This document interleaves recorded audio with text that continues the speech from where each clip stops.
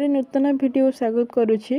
तो पंचम श्रेणी अभ्यास कार्य फास्ट आम कंप्लीट कर देते एवं सेकेंड अभ्यास कार्य करवा। तो एक नंबर कौन देती क ख ग त्रिभुज अंकन कर जार क ख बाहुर दैर्घ्य 6.5 सेमी, ख ग बाहुर दैर्घ्य 4.6 सेमी एवं क ख ग कोणर परिमाण 75 डिग्री।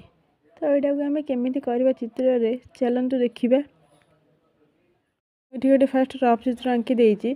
फास्ट स्केल नहीं कि क ख 6.5 सेमी बाहुटी टाणीबा। तो मुझे टाणी दूची।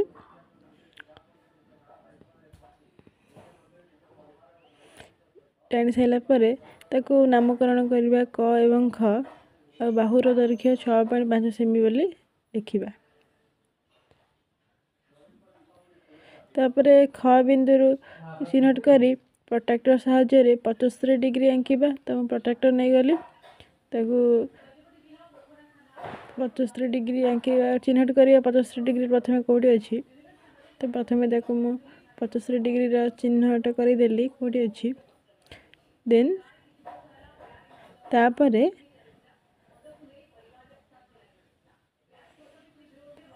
तापरे ख एवं से बिंदु नूतन बिंदु को आम जोग करदेबा।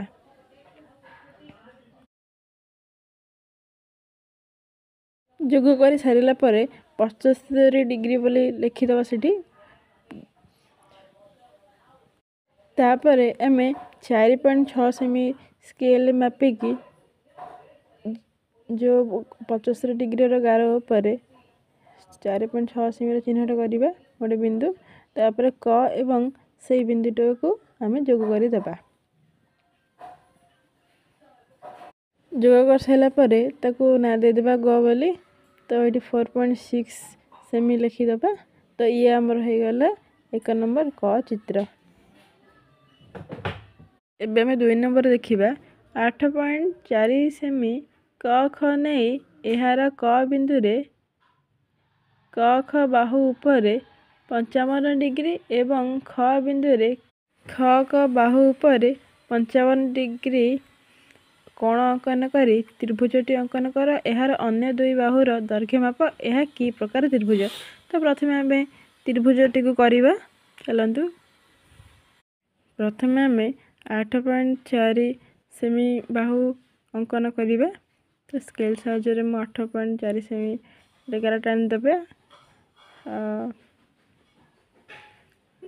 गार टाणी सारा पर क ख नामकरण करवा एवं बाहुटा केते सेमी 8.4 ताकू भी लिखिदबा। तापर क बिंदु रे प्रोट्रैक्टर रखिकी 55 डिग्री मापिकी गोटे बिंदु दबा।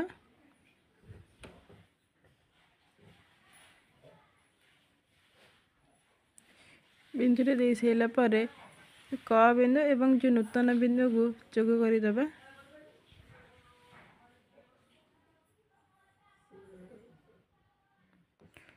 जोग कर सारा पर ख बिंदु रे रखिकी आउ गोटे 55 डिग्री चिन्ह दबा।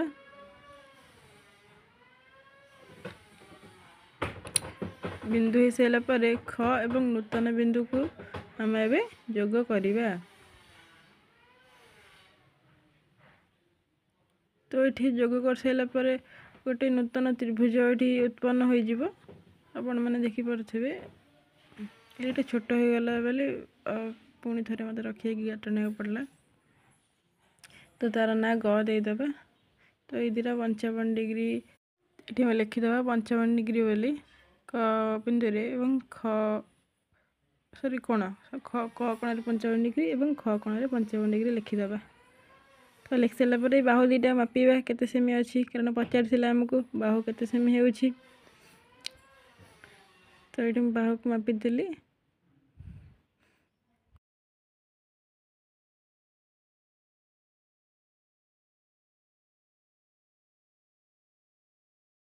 एटी बाहु दुईटा मापि सारा पर 7.5 7.5 सेमी दुईटाक होउछि। तो ये कि प्रकार चित्र पे आमको पचार। तो ये आमर समद्विबाहु त्रिभुज कारण ये दुईटाक बाहु सामान अच्छी त्रिभुजटीर दुईटाक बाहु सामान थी समद्विबाहु त्रिभुज कहवा।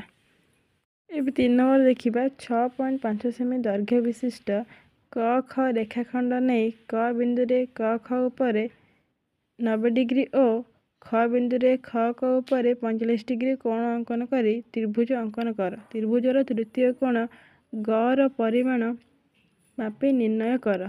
यह कि प्रकार कोण। तो प्रथम आम चित्रटी करके देखा केमती होछि। तो फर्स्ट मु स्केल नहीं गली स्केल क ख रेखाखंड आंकिवा 6.5 सेमी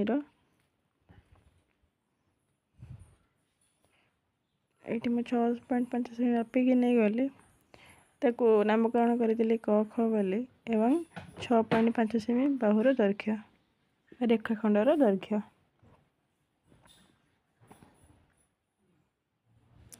तापर मु क बिंदु रे प्रोट्रैक्टर सोइली 90 डिग्री चिन्ह देदेली। चिन्ह दे सारा पर जो बिंदु उत्पन्न है क बिंदु को जॉइन करदेली 90 डिग्री ये आमर हो गला। तापर ख बिंदु रे रखिकी मु 45 डिग्री माप नहीं गली 45 डिग्री जो होता पाखे गोटे बिंदु देदेली से बिंदु एवं ख बिंदु को आम जोग करदे। तो ये जोग करदे गोटे नूतन त्रिभुज उत्पन्न हो गला।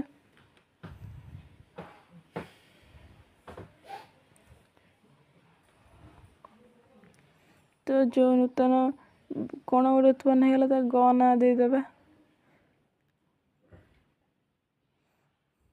तापर आम 90 डिग्री लिखिदेबा ये क बिंदु रे ख बिंदु रे 45 डिग्री।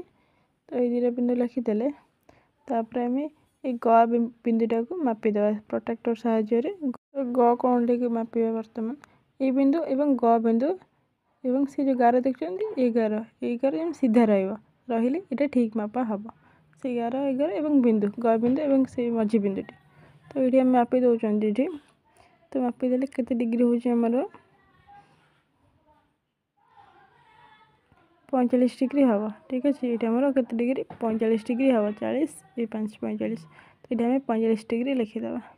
तो हो गला। तो गोटे 90 डिग्री कौन ए दुटा 45 45। तो ये त्रिभुज आमर सूक्ष्म कोणी त्रिभुज हो लिखिदेबा ये से कौ त्रिभुज बोले पचारूला। तो ये कौन सूक्ष्म कोणी त्रिभुज। 4 नंबर देखा कौन देखिए 7.4 सेमी दैर्घ्य विशिष्ट च 6 रेखाखंडर च बिंदु रे 60 डिग्री और 6 बिंदु रे 60 डिग्री परिमाणर कोण अंकन करी च 6 ज त्रिभुज अंकन कर। त्रिभुजर जर परिमाण और अन्य दुईटी बाहुर दैर्घ्य माप। प्रथम आम त्रिभुज अंकन करदे चलतु। प्रथम आम स्केल साहाय्य च 6 7.4 सेमी जो रेखाखंड देइथिला ताकू टाणीबा। तापर तार नामकरण करदेबा च एवं 6 बेले आ 7.4 सेमी लिखिदेबा ये।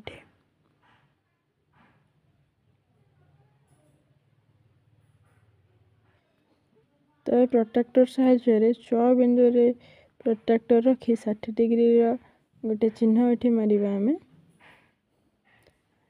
एवं 6 बिंदु रे रखी 60 डिग्री एक चिन्ह मारिबा।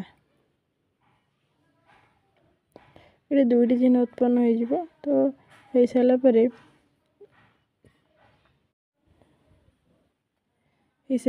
छ एवं नूतन बिंदु जो उत्पन्न होती ताको आम जॉइन करदे एवं चावन ये आउे मापिदेले टी डबल बिंदु सीट पड़ जाता तो आउे मापिदेले ये 60 डिग्री। तो तापर या आम जोग करदे च एवं नूतन बिंदु को जोग कर सारा पर गोटे ये आमर त्रिभुज उत्पन्न हो।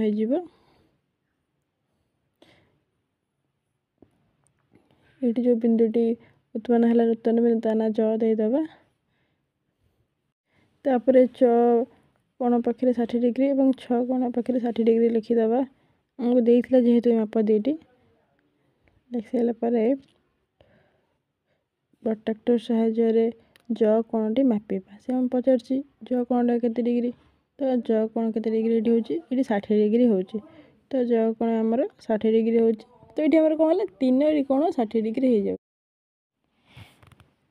तापर एठी बाहु गुडा को मापी दबा जो दुईटा बाहु रही जाइए हमर से मापी के लिखिबा केते सेमी होची बाहु मु पचारथिले केते सेमी ना तो एटा हमर 7.4 सेमी होची ज छ बाहु एवं च बाहु को मापी दबा ये हमर भी 7.4 सेमी होची तो एठी 2 नंबर चित्रटी कंप्लीट हो जाइए तो देखिनि तो एमती ही हबो तो तापर मु पचारथिले एटा की त्रिभुज एटा हमर समबाहु त्रिभुज कारण एठी तीनटा बाहु समान अछि तो एठी तीनटा बाहु समान अछि एवं तीनटा कोण भी समान अछि तो एटा हमर समबाहु त्रिभुज हेबो एठी 5 नंबर देखिबा जे कोनोसी मापर बाहु नै गुटिए समद्विबाहु त्रिभुज अंकन कर एहर कोण तीनटी को मापी लेख गोटे समबाहु त्रिभुज अंकन समद्विबाहु त्रिभुज अंकन करिबा एवं एहर कोण तीनटी को मापी लिखिबा चलंतु एठी करिबा तो प्रथम एठी हम स्केल सहायता रे गोटे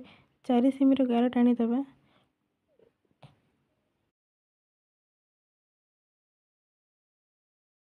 तापर क खना देली तापर स्केल सहायता रे से मन इच्छा कहला निज मन इच्छा नब स्केल सहायता रे मु फेर 4 सेमी रो गोटे गार टाणी देली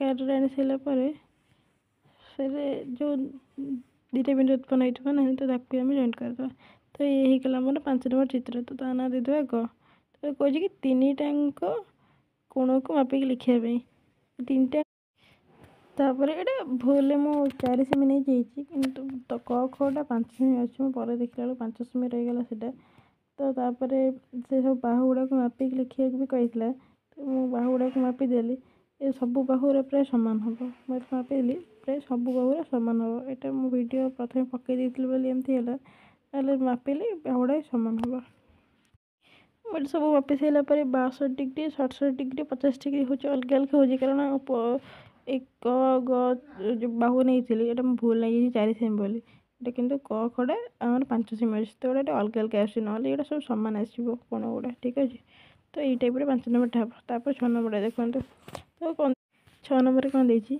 8.4 सेमी दैर्घ्य विशिष्ट क ख बाहुर क बिंदु क ख उपर गोटे सूक्ष्मकोणी और ख बिंदु क ख उपर गोटे स्थूलकोणी नहीं त्रिभुजटी अंकन कर कोण क कोण खर परिमाण माप एबे कह गोटे त्रिभुज अंकन करने अति कम रे केतोटी माप जानिथिबा दरकार तो आम ये करके जापर केतटा माप जाना दरकार चलतु करवा स्केल साहाय्य प्रथम बाहु टाणीदेली जिते सेमी आमर देते तो ये 8.4 सेमी गोटे बाहु देते आंकियापी आंकीदेली और क ख ना देदेली तापर आपण ना दे सारापर आपण मैंने कौन करेंगे ना जेहेतु ये सूक्ष्मकोण देता सूक्ष्मकोण में 90 डिग्री कम तेणु गोटे मन इच्छा गाड़ी टाणी देती आप प्रोटेक्टर साहाଯ୍य टाणवे और स्थूलकोण भी देता गोटे तो ये 90 डिग्री अधिक ये भी हम स्केल टाणी कि एक्चुअली मैंने प्रोटेक्टर करेंगे यहाँ स्केल करने कथा नहीं मो पाखे प्रोटेक्टर नाला पाखे तो मुझे स्केल टाणीदेली वीडियो जेहेतु करी स्केल टाणीदेली तो सब प्रोटेक्टर साहाଯ୍य करेंगे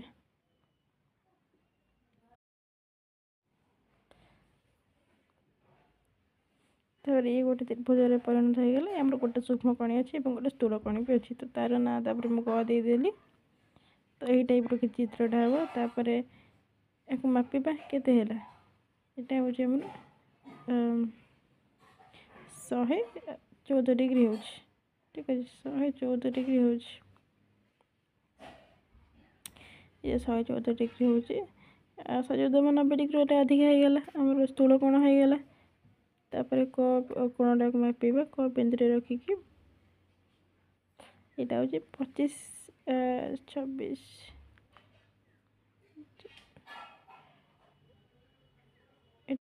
तो यहाँ हमारा 27 डिग्री हो 90 डिग्री कम हो सूक्ष्म कोण होगला ख कोणटा आम स्थूल कोण होगला ତ ଏଇଠି ଆମର ଚିତ୍ରଟି କମ୍ପ୍ଲିଟ୍ ହେଇଯାଇଛି।